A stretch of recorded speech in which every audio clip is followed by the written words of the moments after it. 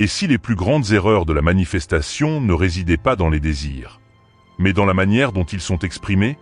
Beaucoup croient que le secret réside dans la répétition de phrases positives ou dans l'imagination de scènes parfaites. Mais ce que peu de gens réalisent, c'est que l'essence de la création ne réside pas dans les mots qui sortent de la bouche, mais dans la vibration silencieuse qui émane de chaque pensée ressentie avec le cœur. Aujourd'hui, au lieu d'écouter ce que dit le chant qui nous entoure, beaucoup essaient de convaincre l'univers avec la logique. Ils veulent négocier avec une force qui ne répond pas par l'argumentation, mais par la résonance. Et dans cette tentative de contrôler l'invisible avec des stratégies visibles, ils perdent l'essentiel, le point où l'énergie se déplace réellement. Combien de fois souhaite-t-on la prospérité, mais vibre-t-on la pénurie? Combien de fois demande-t-on de l'amour, mais notre champ intérieur est-il rempli de manque et de peur? C'est cette dissonance qui bloque la fluidité. Car l'univers ne fonctionne pas par intention superficielle, il répond à la cohérence vibratoire. Il vaut donc la peine de réfléchir. Ce que l'on demande est-il soutenu de l'intérieur? L'émotion correspond, elle, à ce que l'on veut vivre? Le champ universel ne renvoie pas ce que l'on désire, mais ce qui est maintenu énergétiquement. C'est l'une des clés que les anciens préservaient et qui, peu à peu, commence à être redécouverte. Dans les écoles spirituelles d'il y a des millénaires, le désir n'était pas une demande. C'était une activation. Quand quelqu'un cherchait quelque chose, il ne suppliait pas, il devenait cela. Il ressentait, pensait et agissait comme s'il était déjà en possession de ce à quoi il aspirait. Cet état créait un champ si intense, si aligné, que la réalité devait y correspondre. Ce principe peut sembler simple, mais il est profond, car il exige une honnêteté qui défie la logique commune. Il faut regarder à l'intérieur de soi et se demander: ma fréquence interne est-elle en phase avec ce que je souhaite manifester? Et plus encore, ai-je l'espace émotionnel nécessaire pour recevoir ce que je recherche? La vérité est que souvent, le désir n'est qu'un masque qui cache la peur.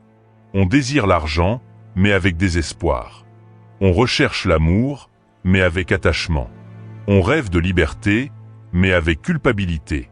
Et toutes ces émotions faussent le signal. Elles créent du bruit.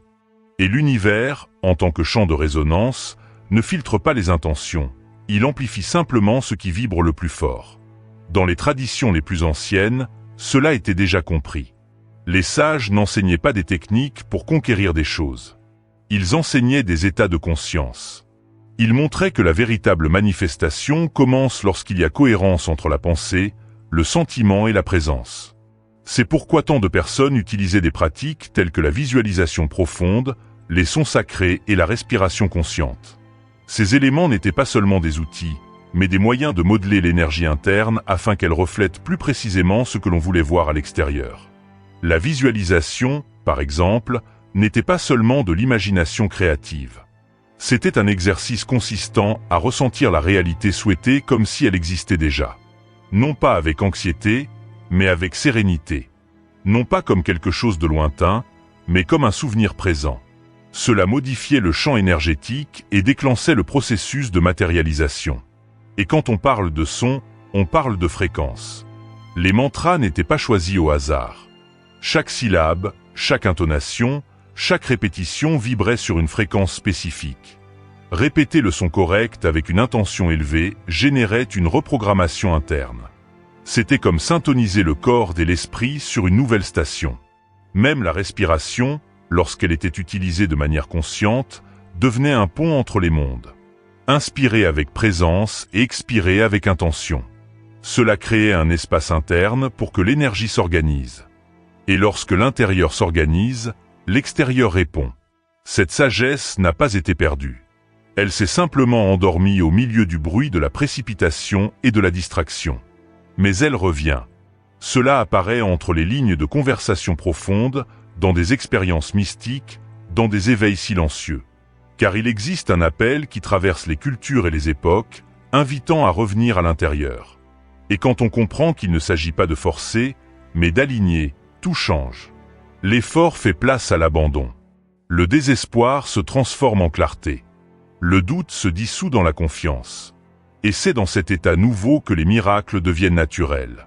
Alors, si la vie semble encore résister, peut-être que la réponse ne se trouve pas dans le monde extérieur. Peut-être est-il temps de regarder à l'intérieur avec un regard neuf. de ressentir avec plus de présence, et de faire taire le bruit des attentes pour écouter ce que la vibration intérieure dit réellement. Car le chant créateur répond toujours. Il ne juge pas, ne rejette pas, ne punit pas. Il se contente de reproduire. Il rend visible ce qui vibre dans l'invisible.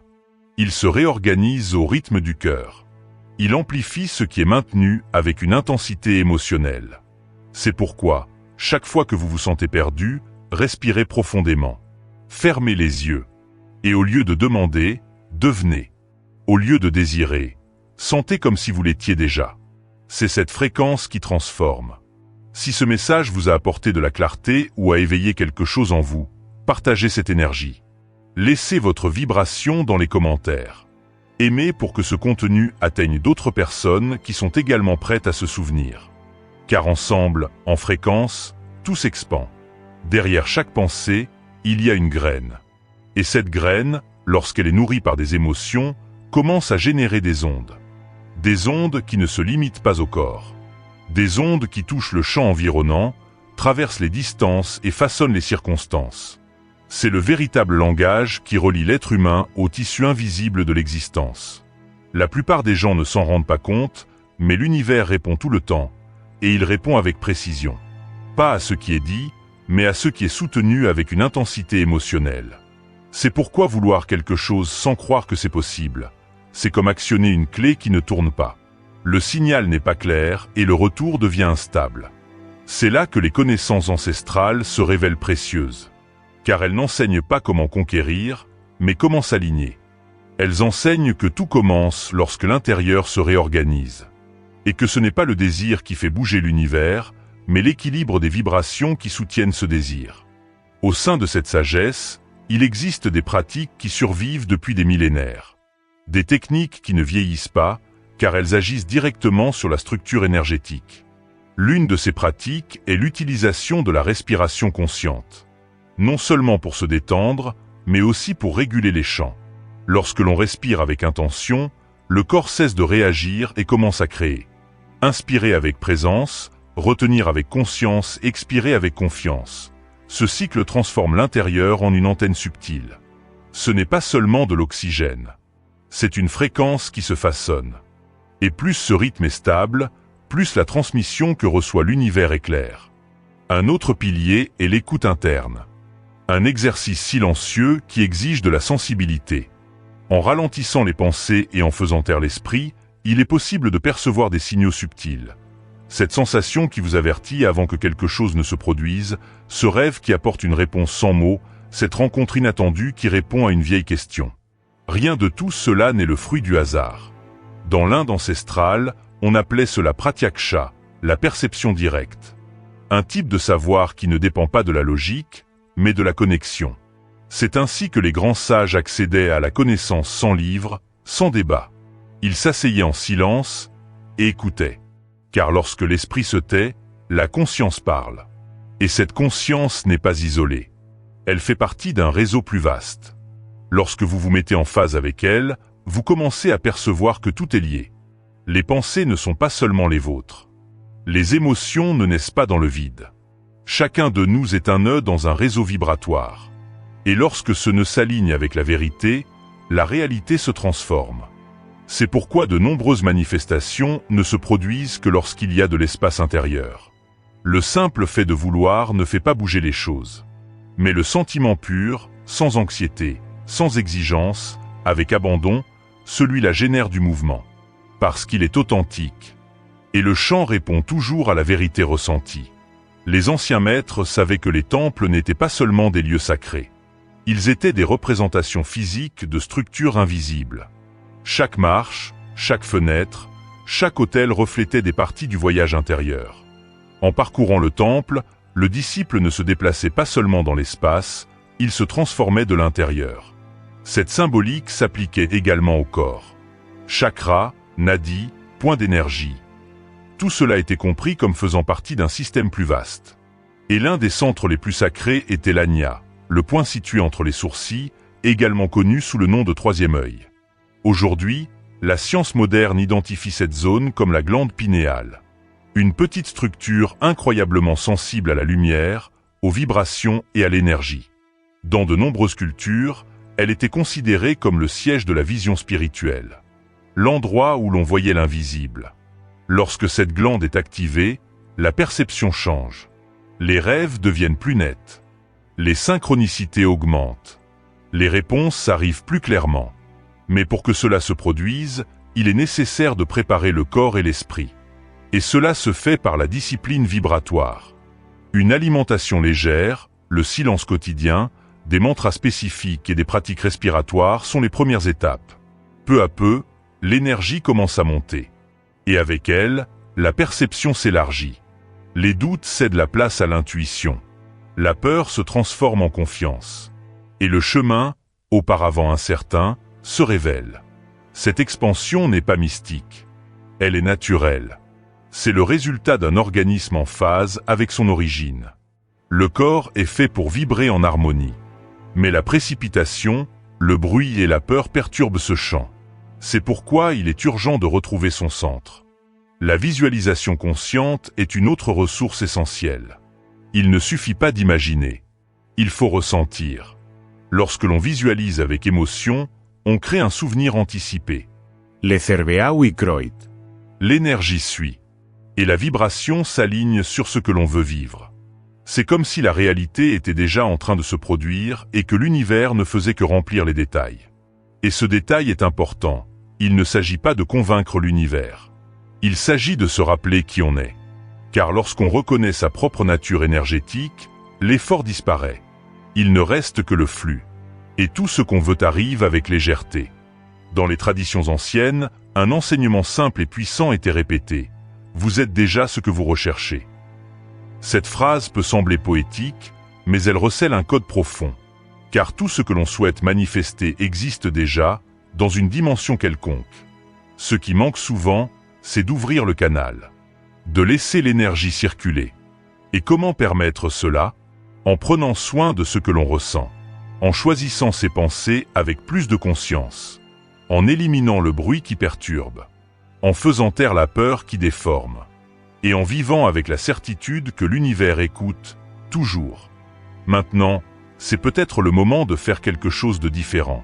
Au lieu de demander, vibrez. Au lieu de courir après, alignez-vous. Au lieu d'attendre, soyez. Et si quelque chose dans cette lecture a touché votre fort intérieur, n'hésitez pas à diffuser cette fréquence. Laissez votre empreinte par un simple geste. Partagez. Aimez pour que cette énergie atteigne ceux qui sont également prêts à se souvenir. Et commentez, si vous le souhaitez, ce que vous avez ressenti. Car chaque mot lu est une vibration activée. Et chaque vibration envoyée revient multipliée. Dans les temps anciens, les maîtres et les chercheurs enseignaient quelque chose qui semblait trop simple pour être accepté. Il ne s'agit pas d'attirer ce que l'on désire, mais de se souvenir de ce que l'on est déjà. Et c'est ce rappel qui modifie complètement la manière dont la réalité s'organise autour de nous. Le véritable secret n'a jamais été la force de la demande, mais la clarté de l'être.